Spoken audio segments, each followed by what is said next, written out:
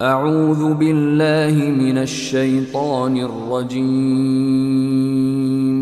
بسم الله الرحمن الرحيم.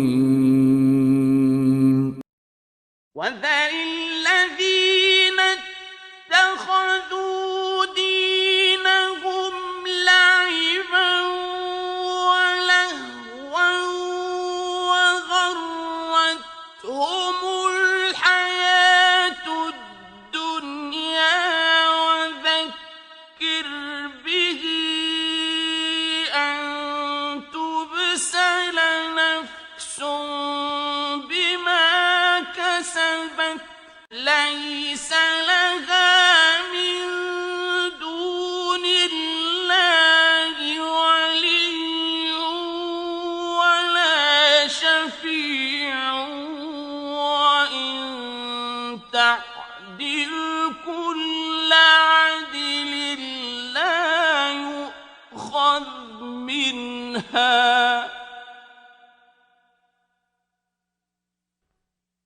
أولئك الذين أبسلوا بما كسبوا لهم شراب من حميم وعذاب أليم بما كانوا يكفرون।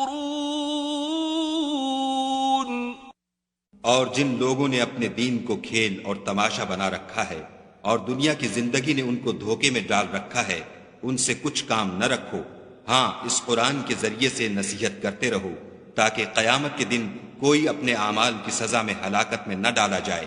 उस रोज खुदा के सिवा ना तो कोई उसका दोस्त होगा और न सिफारिश करने वाला, और अगर वो हर चीज जो रूए जमीन पर है बतौर मुआवजा देना चाहे तो वो उससे कबूल न हो। यही लोग हैं कि अपने आमाल के बबाल में हलाकत में डाले गए। उनके लिए पीने को खौलता हुआ पानी और दुख देने वाला अजाब है, इसलिए कि कुफ्र करते थे।